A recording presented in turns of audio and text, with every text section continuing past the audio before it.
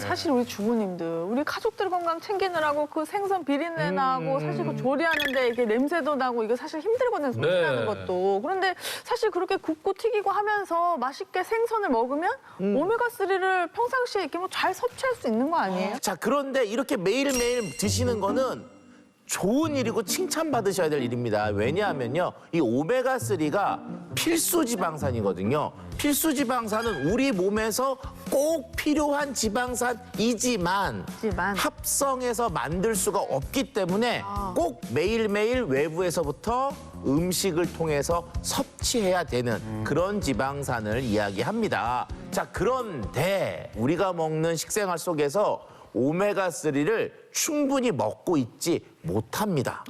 결과적으로 열심히 먹고 있지만 부족하다는 거는 결과적으로 이수경 씨처럼 보조제 형식으로 부족한 오메가3를 따로 보충하는 것이 필요하고 이랬을 때에만 혈관 건강을 효율적으로 유지할 수가 있다고 말씀을 드릴 수가 있죠. 실제로 미국 심장학회와 미국 임상내분비학회에서도 중성지방과 콜레스테롤 치료에 오메가3를 권고하고 있습니다. 근데 지금 이수경 선배님 드신 게 그냥 오메가3가 아니고 이제 알티지 오메가3라고 그렇죠. 일단 오메가3 자체가 계속 발전을 거듭해 왔는데 그러면서 가장 최근에 나왔고 그만큼 가장 진화된 게 바로 이 RTG 오메가3라고 하더라고요. 네. 자, 우리가 오메가3가 굉장히 다양한데 실제로 이걸 화학적으로 보면은 어떻게 돼 있느냐?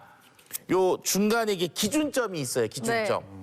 기준점이 이제 글리세롤이라고 하는 건데 얘가 우리는 없었으면 좋겠던 필요 없는 포화지방산들이 이렇게 두 개가 덩달아 오는 거죠. 그래서 1세대는 그냥 필요한 거 하나, 필요 없는 거 두 개가 되어 있는 그런 이제 단점을 갖고 있었습니다. 자, 그래서 1세대의 이 단점을 보완한 게 바로 이제 2세대인 22형 오메가3가 나오게 됩니다. 자, 22형은 어떻게 만들었느냐. 에탄올이라고 하는 것을 기준으로 놓고요. 여기에 불포화 지방산을 이렇게 딱 하나만 붙입니다.